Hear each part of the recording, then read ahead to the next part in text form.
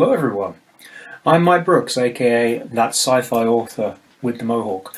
You might know me from my Kaiko series of sci-fi novels, or the work I've done for Black Library, or for being a bloke who DJ'd at Nine Worlds and EasterCon a few times. But I've been asked by Super Relaxed Fantasy Club to provide a bit of content. And so since it's fantasy, not science fiction, I am going to be reading something from my upcoming epic fantasy debut, The Black Coast, which is coming out with Orbit in the UK and Rebellion in the US. So I'm going to be reading from the page proofs, rather than, because that's all I've got. I could try and read it off a computer screen, but it'll probably freeze at the wrong moment or something. So I'm going to be reading from these and trying not to get anything wrong, and trying to pronounce my own names correctly and stuff like that. So it's an epic fantasy novel. It's about various things, mainly relating to this. It's about a group of people who've been displaced from their homeland due to something that might or might not be a demon, which is taking over, and they are travelling to a place where up until now they have only come as raiders, and it's about a couple of different cultures who are both quite warrior martial orientated, trying to learn how to not fight people. So here we go. Sarnasatis tutor had watched from the crake's teeth as the smudge of coastline grew steadily, and she could now distinguish the black mud of the beaches from the green flats of the marsh.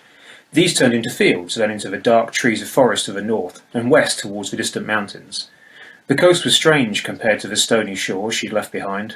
The land was more open, flatter, and far, far bigger. Even the mountains looked different, more angular and possibly even higher than the smoking peak above her home in Kossal. No, not her home anymore. A headland jutted into the sea, the northern edge of moorlands that ran south towards the great ice ocean. The outcrop would have looked pitiful next to the cliffs where she'd raided nests as a child, but it loomed over the salt marsh to the north. And there, perhaps a mile back from the coast, was the settlement she'd seen once before, 15 years ago, when she was still unblooded. The memory was vivid, the roar of waves growing as they approached the shore, setting down her paddle as the keels hit the mud, taking up her blackstone axe in her right hand and dropping it again to hastily strap her shield onto her left arm while Black Cow roared at her for getting in the way, leaping over the side into the breakers and letting the salt water kiss her feet for luck before battle. She registered a presence at her left shoulder and looked around to see Otsu. Her daughter's father was tugging at the bone spur in the lobe of his left ear, as was his habit when agitated. "What's wrong?" she asked, facing the land again. She allowed herself a small smile in the brief pause before he spoke. Otsu had never realised how easy he was to read, and seemed to view her perceptiveness as something not far short of witchcraft. Sana was increasingly glad she'd refused his offer of marriage. He'd been fun to lie with, and remained a dutiful father to Xana, but she could only ever marry someone who could match her in wits. "Should we release the crows?" Otsu asked, his tone deferential. No. She didn't look at him, instead studying the beach as though it would give up some strategic advantage if she looked hard enough. Another pause, and she pictured his face rearranging into puzzled concern. But no crows. Now she turned to face him. The Flatlanders know we bring death when the crows fly. If no crows fly, perhaps they'll listen to us. There's never been a landing without crows, Otsu argued, although his tone belonged to someone already resigned to the outcome. Just because no one alive remembers one doesn't mean it's never happened, Sana said shortly. Pass word to the other ships. If anyone looses a crow, they go overboard. Otsu nodded and picked his way across the wide deck of the crake's teeth. Sana looked at the curve of the woolen sail, a healthy wind carrying them to their new home, surely a good omen, and then at the wooden cages lashed to the deckhouse where the crows sat, cawing from time to time. Of old, the Chikoshi had carried crows as a last resort in the face of the ocean's challenges, releasing the birds if navigation failed, then following them to land. No one now could remember a ship going astray, but Father Craig's sacred birds are still captured and taken on long voyages as good luck charms, and reminders of the need for humility in the face of the ocean. Upon reaching their destination, sailors would release the crows as thanks for safe passage, and the birds would head for shore. Of course, when the Chikoshi sailed to the flatlands, they raided and killed. so it was understandable that Flatlanders had come to associate the sudden appearance of crows with approaching death. A flash of red hair caught Sana's eye. Zana was sitting just off one of the paddler's positions and checking the teeth of her axe, fierce concentration on her face. Sana's stomach tightened a little at the sight of her daughter, 16 summers old and more beautiful and fierce than Sana herself had ever been. Her hair was like fire, a far richer shade than it had any right to be given Otsu's muddy red. Sana wished she could hold Zana to her and keep her back from the fighting, but she had no right. Her daughter would stand with the unblooded, and what was more, she wanted to stand with them, to earn the thick stripe of black down her forehead that marked an adult. A fighter had no higher status than shipwright, fisher, or even herder, but every hale adult was expected to be blooded, even if they never again took up a weapon in their life. Sana had been almost shamefully late to it at 20 summers, and had sworn to herself she wouldn't restrain her own daughter as Sati, now 3 years with the Dark Father, had done with her. However, Sana was finding, as was so often the case, that there was a great difference between swearing something to yourself and carrying it through. She snorted in wry amusement while Zana exchanged good-natured jibes with Senan, a long-jawed lad of 17 who'd raided through the islands already. Sana had uprooted her clan and brought them across the oceans to the flatlands, leaving Chikorsha behind forever. They would disembark onto a foreign shore, not as plundering raiders, but as settlers fleeing disaster, bringing everything they could carry with them, and that little enough. Their way of life was irrevocably changed, and she'd endured long hours of argument with and amongst the witches over whether Father Craik would even recognise them as his children anymore once they'd lived on the flatlands for a season. Would they then find the seas as hostile as the flatlanders did? She'd taken the most momentous decision of any chief in history with consideration, but with certainty.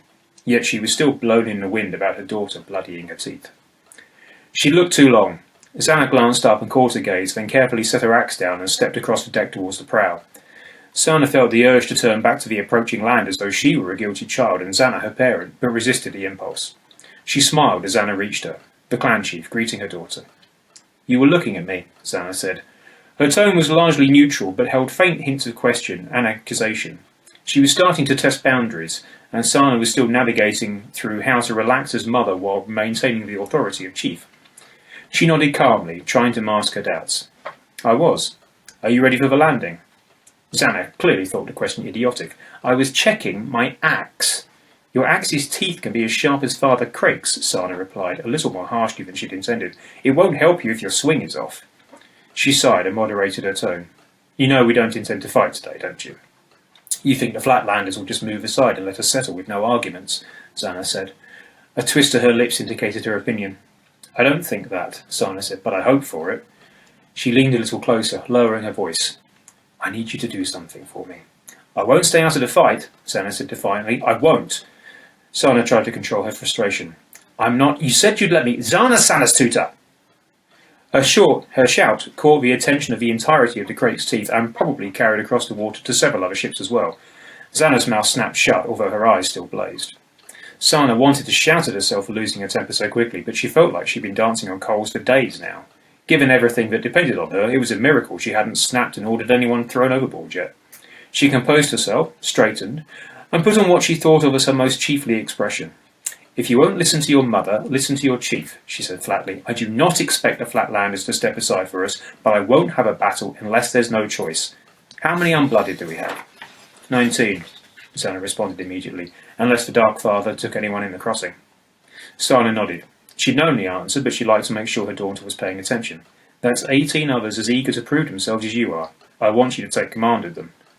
Zana's expression slipped from defiant to stunned. What?" "I can't ask a blooded fighter to lead you," Sana explained, "but this is no ordinary raid. I need the unblooded to hold until we know a fight's inevitable. You can't just charge the moment we reach the shore. You're the chief's daughter. I need you to hold them until I give the word." Zana was doing a creditable impersonation of a freshly landed fish, judging by the way her mouth was opening and closing.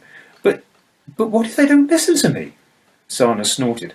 "I ask myself that question every night and morning, and have done so since the witches named me chief." She turned and sat cross-legged on the deck beside the fearsome figurehead, a likeness of the black-scaled Father Craik himself, and beckoned Zana down to her. After a moment her daughter joined her, staring out towards the dark shore from the other side of their god's carved neck. "I remember what it's like to be unblooded," Sana said, loud enough to be heard over the kiss of the waves against the hulls, but not enough to carry to the rest of the crew. "You're full of fire on the ship, but the moment the closer you get to shore, the more your stomach starts jumping like you've swallowed a live eel." Zana said nothing, but judging by the set of her mouth, she wasn't disagreeing. You won't be alone, Sana continued. They'll all feel the same, near enough. Some will hide it better, and the ones who boast the loudest will probably feel it the worst, and there might be one who genuinely won't have a drop of fear in them. Normally the one you'd least expect, at that. She sighed. What I'm saying is, when it comes down to it, there's very few who want to run into a fight. They all want to be blooded, right enough, but if there was an easier way, most would take it, and that gives you what you need to know to hold them. Sana looked at her, understanding dawning. If they get told not to fight, it's not their fault if they don't fight. Exactly, Sana replied, smiling slightly as she leaned across to look her daughter in the eyes. Yell at them to hold. Curse at them to hold. Make it obvious you think they're on the verge of ignoring you and charging the Flatlanders. Use my name and curse that name too. The louder you shout, the less their courage can be questioned, and the more you curse me, the less yours can be. Sana nodded. And while I'm yelling and cursing, what will you be doing? Sana grimaced. I'll be trying to talk to whoever I can talk to. And if that doesn't work? Sana sighed. You'll be blooded. They sat there together for a time, rocked by the swell and watching the land grow larger. Sana was just about to suggest they should make their final preparations when Sana spoke again. What are they like, these flatland fighters? You're better up asking one of the raiders, Sana said. You know I have asked them. Now I'm asking you. Sana's voice wasn't aggressive, merely firm. It depends, Sana admitted. There shouldn't be many real fighters here.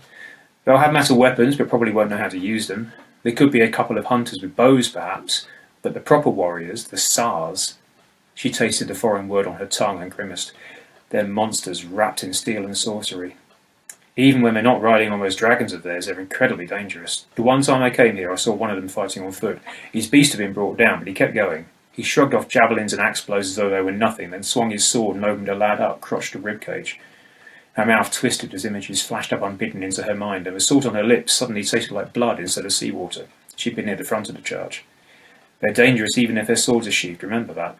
They can draw and cut in one move, and their blades are sharp enough to take your head clean off. But they're slow? Sana asked. In all that steel? Not as slow as you'd want, Sana said grimly. And what about the dragons? Sana asked, her voice suddenly small. Is it true they can fly?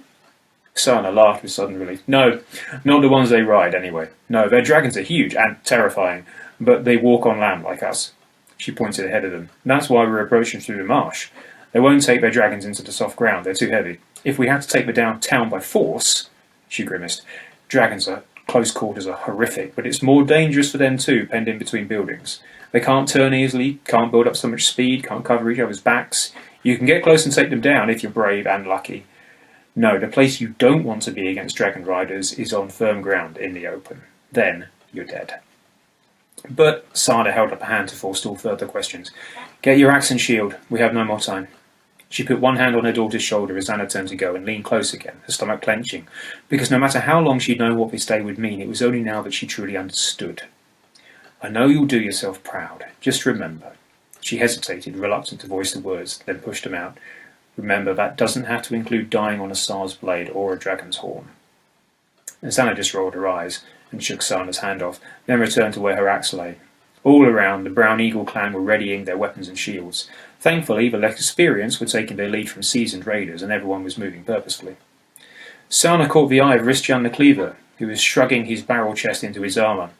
He settled the shirt of sea leather in place and greeted her with his usual insouciant grin as she made her way to where he stood by the deckhouse. Still can't keep your eyes off me, eh, Chief? Someone needs to make sure you don't fall into the water, sheepbrain. Sana laughed.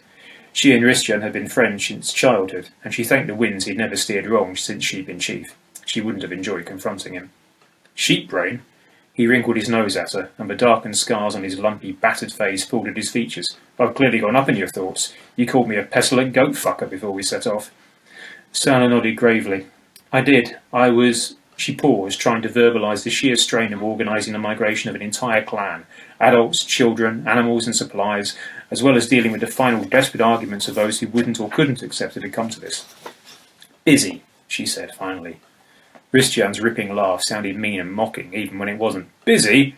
You were trimming the sails on the greatest damn voyage the clan's ever taken. No one's done anything like this, Sana. No one. Not since the Great Voyage, if that even ever happened. Which means there's still uncountable ways we can still fuck it up, Sana muttered. She slipped past him into the deckhouse where supplies were stored and reached for her cured sealskin wrapping. The layers folded away under her hands to reveal her own sea leather jerkin, dark grey and scaled, and the precious steel sword her father had brought back from one of the great cities to the east. "Still trusting to that dagger, eh?" Christian asked from the doorway. His tone was jovial, but it held a serious note that Sana knew well. Christian's huge, straight-bladed steel axe with a cutting edge 1.5 feet in length had given him his name. Nalon had said it reminded him of the tools his flatland kin used to butcher meat, and Christian had taken that description to heart. There were a few steel weapons scattered here and there through the clan, proceeds of trade or raids, but most used more traditional tools of war. Javelins and slings did for ranged work, up close the trusty blackstone axe, the flat length of wood with a deep groove around its edge, into which were inserted shards of blackstone, darker than night and sharper than the dawn. However, the sword was all Sana had left of her father, Uzan. "How I choose to fight is none of your concern," she told him, trying to match his tone, but she could hear her own defensiveness. "How my friend fights may be her business," Christian conceded, lowering his voice, "but how my chief fights—" He squatted down beside her as she unfolded her sea leather. "You shouldn't be fighting at all, but if you do, why use a sword? Swords are for people who know how to use them. With all the love I bear you, Sana, you are not one of those people." She glared at him. "You of all people should know better than to tell me I can't do something." "Sana, this crossing is your doing," Christian said earnestly. "Every one of us is here because of you. If we reach this shore, and then you fight and you die, any clan can lose a chief, but this clan cannot afford to lose you, not now. If we lose your vision before we've settled, we'll splinter like a cheap shield." Sana stood up, her armour in her arms. "The Sars are all here, and they all use swords once they're off their dragons. They seem to think the sword is a leader's weapon." She raised her arms, letting the crake hide slide down over her. "Since women don't rule in the flatlands, and I have no dragon, I need something to make them think I speak for our clan." "The flatlanders are mad, Sana," Christian said sadly. "Even Nalon thinks so, and he was born there." She snorted. "Well, I never said this was going to be easy, did I?"